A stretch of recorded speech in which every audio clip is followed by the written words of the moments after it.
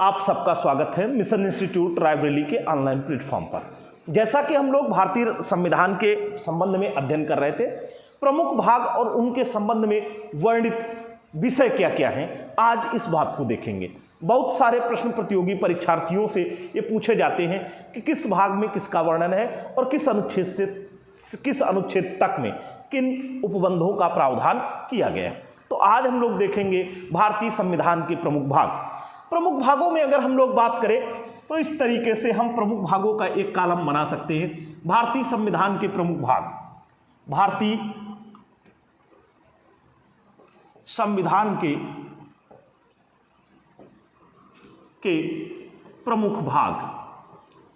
प्रमुख भागों की अगर बात करें तो प्रमुख भाग इसमें क्या है, भारतीय संविधान के लागू होने के समय 22 भाग और 8 अनुसूचियों का उपबंध था। उनमें से हम लोग देखेंगे कि इनका क्रम क्या है, इनमें अनुच्छेद कौन कौन से वर्णित किए गए और इनके विषय क्या रखे गए।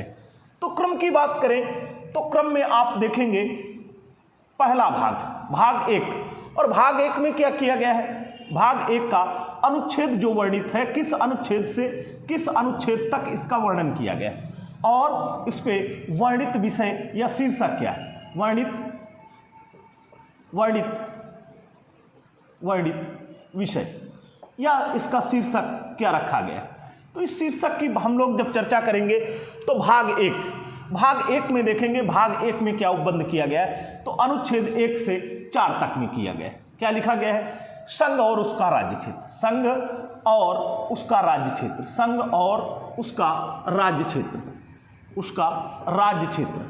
तो अगर संघ और राज्य क्षेत्र की बात करें तो आप भारतीय संविधान के भाग 1 में पढ़ते हैं, संघ अर्थात यूनियन की बात करते हैं, उसका और राज्यों के राज्य क्षेत्र और केंद्र शासित प्रदेशों के राज्य क्षेत्र उसके राज्य क्षेत्र कहलाते हैं। तो इस पे अनुच्छेद 1 से 4 के मध्य वर्णन किया गया। भाग 2 में क्या है, तो अनुच्छेद 5 से 11 तक में उल्लेख किया गया है। 5 से 11 तक में क्या किया उल्लेख किया गया है, नागरिकता। भारत में नागरिकता के संबंध में जब पढ़ेंगे तो भारतीय संविधान उपबंध करता है कि भारत में एकल या एकहरी नागरिकता का प्रावधान किया गया।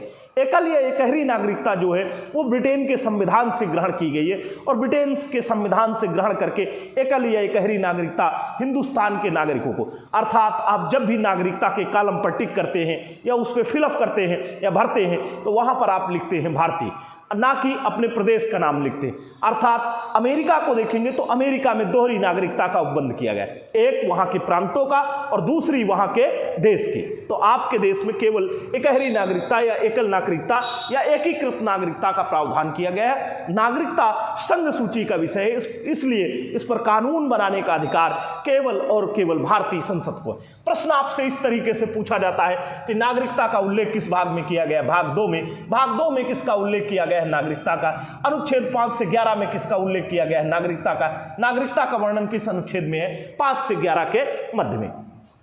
फिर बात करते हैं भाग 3 की, अनुच्छेद 12 से 35 के मध्य में। 12 से 35 के मध्य में मूल या मौलिक अधिकारों का उल्लेख किया गया, मूल या मौलिक अधिकारों का उल्लेख किया गया। अगर मूल या मौलिक अधिकारों की बात करें तो भारतीय संविधान में मूल या मौलिक अधिकारों की जो अधिकारों का मूल या मौलिक अधिकार या फंडामेंटल राइट की बात की गई है।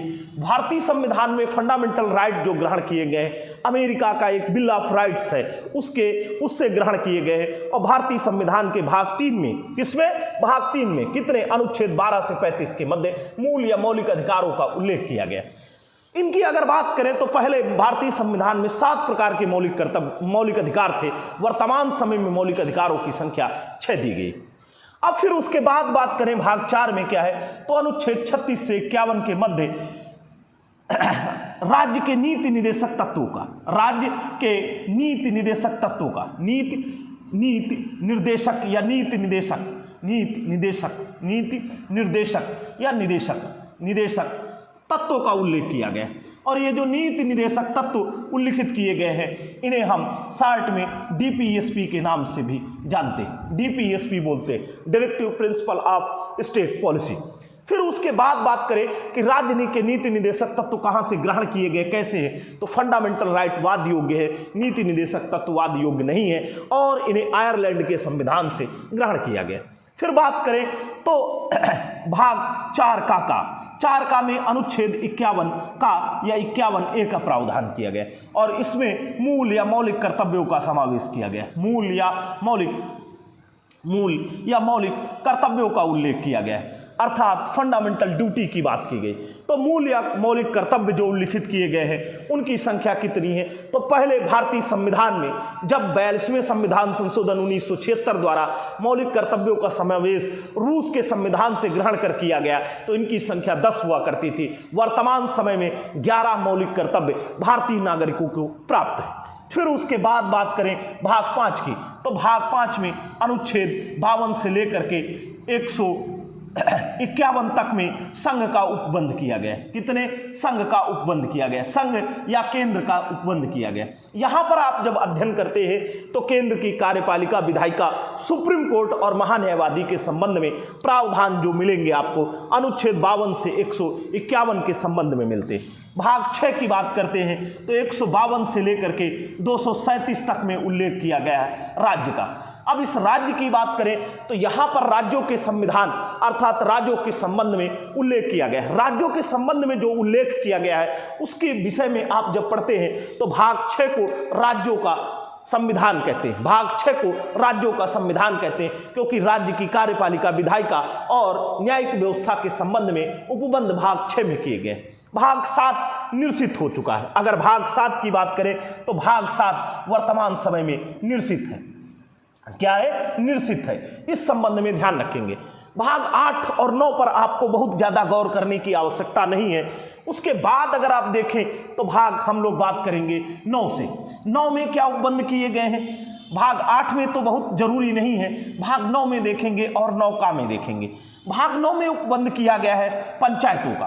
पंचायतों के संबंध में प्रावधान भी 73वें संविधान संशोधन 1993 द्वारा किए गए।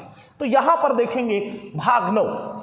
भाग 9 की बात करें तो भाग 9 में अनुच्छेद 243 का से अणा तक, इसमें 16 अनुच्छेद है और उसमें पंचायतों के संबंध में उल्लेख किया गया है। पंचायतों को जब संवैधानिक दर्जा 1993 में 73वें संविधान संशोधन द्वारा दिया गया तब ये प्रावधान किए गए। भाग 9 का की बात करें तो 9 का में अनुच्छेद 243 ता से या छा तक में उल्लेख किया गया है और या छा तक में जो उल्लेख किया गया है इस पे नगर पालिकाओं के संबंध में उपबंध किया गया। नगर पालिकाओं के संबंध में उपबंध किया गया। तो नगर पालिकाओं की अगर बात करें तो नगरीय स्थानीय सुशासन, ग्रामीण स्थानीय सुशासन और नगरीय स्थानीय सुशासन के संबंध में उपबंध किया गया। अगर फिर हम लोग बात करें नौखा की तो नौखा में क्या उपबंध किए गए? अनुच्छेद 243 या जा से या ना तक। अनुच्छेद 243 या जा से या ना तक। अब इस पे क्या है? एक भाग नौखा है और नौखा में क्या है? सहकारी समितियों के संबंध में। सहकारी समितियों को जब संवैधानिक दर्जा दिया गया, समितियां, सहकारी समितियों के संबंध में जो उपबंध किए गए हैं वो भाग 9 में किए गए और भाग 9 के तहत सहकारी समितियों का वर्णन किया गया है। इसके बाद अगर हम लोग बात देखें तो इसके बाद भाग 11 के संबंध में अनुच्छेद 245 से लेकर के 263 में वर्णन किया गया है केंद्र राज्य संबंधों का। केंद्र और राज्य के मध्य, केंद्र और राज्य के मध्य उल्लेख, केंद्र और राज्य के मध्य जो उल्लेख किया गया है वो भाग 9 भाग 11 के तहत किया गया है। अगर इसके बाद बात करें भाग 12 में तो यहां पर देखेंगे केंद्र और राज्य के संबंध में जो उपबंध किए गए हैं वो कैसे उपबंध हैं। तो यहां पर आप देखेंगे तो 2 तरीके के संबंधों का उल्लेख है, एक विधायी और दूसरे प्रशासनिक। एक विधायी और दूसरे प्रशासनिक संबंधों का उल्लेख किया गया। विधायी और प्रशासनिक संबंधों का वर्णन भाग 11 में किया गया है केंद्र और राज्य के मध्य। भाग 12 में देखेंगे 264 से लेकर के 300 का तक और 300 का तक में जब देखेंगे तो यहां पर वित्त संपत्ति संविदाएं और वाद, वित्त संपत्ति संविदाएं और वाद, वित्त संपत्ति संविदाएं और वाद, संविदाएं और वाद, इस संबंध में आप देखेंगे वित्त संपत्ति संविदाएं और वाद, ये क्या प्रक्रिया है? तो एक तरीके से कह सकते हैं केंद्र और राज्य के मध्य वित्तीय संबंध जो उल्लिखित किए गए हैं वो भाग 12 में है कि वित्त के संबंध में क्या उपबंध किए गए हैं। तो भाग 12 में अनुच्छेद 364 से अनुच्छेद 264 से 300 का तक में वित्त संपत्ति संविदाएं और वाद के संबंध में प्रावधान किया गया। इसके बाद अगर बात करें हम लोग तो भाग 14 आपसे महत्वपूर्ण है, वही पूछा जाता है। अनुच्छेद 308 से लेकर के 323 तक इस पे क्या उल्लिखित किया गया है? इस पे संघ और राज्य के अधीन सेवाएं, संघ और राज्य के अधीन सेवाएं। तो अब यहां पर अगर आप देखते हैं अधीन सेवाएं, अब इस पर अगर अध्ययन किया जाए तो इस पर क्या उल्लिखित किया गया, क्या प्रावधान किया गया है? तो यहां पर जब आप अध्ययन करते हैं तो यहां पर आपको मिलता है कि यूपीएससी और पीएससी अर्थात यूपीएससी और प्रांतीय लोक सेवाओं के संबंध में किस तरीके से उनकी नियुक्तियां होंगी, किस तरीके से वो कार्य करेंगे, इस संबंध में जो उल्लेख किया गया है भाग 14 में संघ और राज्य के अधीन सेवाएं। एक और भाग है भाग 14 का। भाग 14 का में देखेंगे तो अनुच्छेद 323 का और खा 2 अनुच्छेदों में वर्णन किया गया है। इस पे प्रावधान किया गया है अधिकरण का। अब इस अधिकरण का तात्पर्य क्या है? तो संघ और राज्य के मध्य सेवाओं के मामले में जब कोई विवाद उत्पन्न होता है तो उस विवाद को निपटारे के लिए प्रशासनिक अधिकरण या ट्रिब्यूनल का गठन किया जाता है। उन ट्रिब्यूनल का गठन करने का प्रावधान भाग 14 के अंतर्गत किया गया है। अब हम लोग अगर इसके बाद बात करें भाग 15 में क्या उपबंध किया गया है, तो भाग 15 अनुच्छेद 324 से 329 का तक में उल्लिखित है। 329 का तक में उपबंधित है और इसमें निर्वाचन के संबंध में प्रावधान किया गया है कि लोकतंत्र तभी सार्थक होगा जब उसमें अनवरत रूप से और निष्पक्ष चुनाव होता रहे, निर्वाचन होता रहे। तो निर्वाचन के लिए निर्वाचन आयोग का उपबंध अनुच्छेद 324 से 329 के संबंध में दिया गया है कि किस तरीके से निर्वाचन किया जाएगा। तो ये आपके प्रमुख भाग हुए 15 तक। अब उसके बाद अगर हम लोग और बात करें तो भाग 16 में है कुछ वर्गों के लिए विशेष उपबंध, कुछ वर्गों के लिए विशेष उपबंध। यहां पर अगर बात करें भाग 16, 17, 18, 19 और 20 में क्या उपबंधित किया गया है, तो यहां पर आप देखेंगे भाग 17, 18, 19 और 20 में उपबंधित क्या प्रावधान किए गए हैं। तो उनके विषय में अगर चर्चा करें तो उनके संबंध में क्या चर्चाएं मिलेंगी, क्या प्रावधान किए गए हैं, किस तरीके के उपबंध किए गए हैं, ये हम लोग यहां पर देखेंगे। तो अब देखेंगे भाग 16 की बात करते हैं निर्वाचन के पश्चात। भाग 15 में निर्वाचन, तो भाग 16 में क्या किया गया? 16 में अनुच्छेद 330 से 342 के मध्य वर्णन किया गया और 330 से लेकर के 342 तक में जो वर्णन है इस पे है कुछ वर्गों के लिए विशेष उपबंध, कुछ वर्गों के लिए विशेष उपबंध, विशेष उपबंध।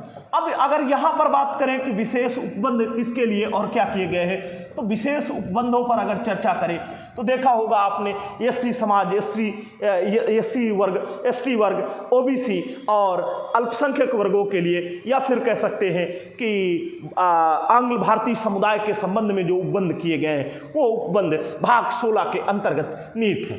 फिर बात करें भाग 17 में क्या उपबंध किया गया है, तो भाग 17 में जब देखते हैं आप तो भाग 17 में अनुच्छेद 343 से लेकर के 351 के मध्य उपबंध किया गया है। 343 से 351 में राजभाषा का उल्लेख किया गया है। अब राजभाषा के संबंध में अगर अध्ययन करें तो राजभाषा क्या है, तो राजभाषा के संबंध में अगर अध्ययन करेंगे तो ऑफिशियल लैंग्वेज की बात की गई कि हिंदुस्तान की राजभाषा या राजकाज किस भाषा में किया जाएगा, इस संबंध में उपबंध किया गया। भाग 18 की बात करें तो इस पे आपको दिया गया है अनुच्छेद 352 से लेकर के 360 तक में आपात उपबंध। जर्मनी के संविधान से या जर्मनी के वीमर संविधान से वित्तीय आपात उपबंध का प्रावधान किया गया। आपात उपबंध का प्रावधान किया गया। ये आपात उपबंध 3 प्रकार के हैं। 352, 356, 360। और इस पे देखेंगे तो आप पहले राष्ट्रीय आपात, राष्ट्रपति शासन और वित्तीय आपात के संबंध में उपबंध किया गया है। यहाँ पर 360 में वित्तीय आपात का प्रावधान किया गया है। 352 में आप देखेंगे तो यहाँ पर राष्ट्रीय आपात का प्रावधान किया गया है। और इस पे देखेंगे तो राष्ट्रपति शासन का प्रावधान किया गया है, राष्ट्रपति शासन का प्रावधान किया गया है। फिर इसके बाद हम लोग बात करें कि भाग 19 में क्या है, तो भाग 19 में अनुच्छेद 361 से लेकर के 367 तक में प्रकीर्ण का प्रावधान किया गया है। प्रकीर्ण इसका उपबंध किया गया है, आपसे केवल इतना ही पूछा जाता है। फिर अगर बात करें भाग 20 में क्या है, तो भाग 20 में अनुच्छेद 368 में क्या किया गया है, संविधान संशोधन की प्रक्रिया का उल्लेख किया गया है। संविधान संशोधन, अब इस संविधान संशोधन के संबंध में अगर अध्ययन करें कि संविधान संशोधन पर क्या प्रावधान किया गया है, तो संविधान संशोधन में देखेंगे भारतीय संविधान में संविधान संशोधन अनुच्छेद 368 के तहत किया जाता है। यह संविधान संशोधन की प्रक्रिया दक्षिण अफ्रीका के संविधान से ग्रहण की गई और भारतीय संविधान में 3 प्रकार से संविधान संशोधन करने का प्रावधान है, जिसमें से आप देखेंगे 2 विशेष प्रकारों का उल्लेख अनुच्छेद 368 के अंतर्गत किया गया है। तो ये आपसे प्रमुख भाग हैं जो बार बार परीक्षाओं में या बारंबार आपसे पूछे जाते हैं। तो आप उम्मीद है कि इससे आपको अपनी प्रतियोगी परीक्षा को सरल बनाने में आसान होगा। धन्यवाद।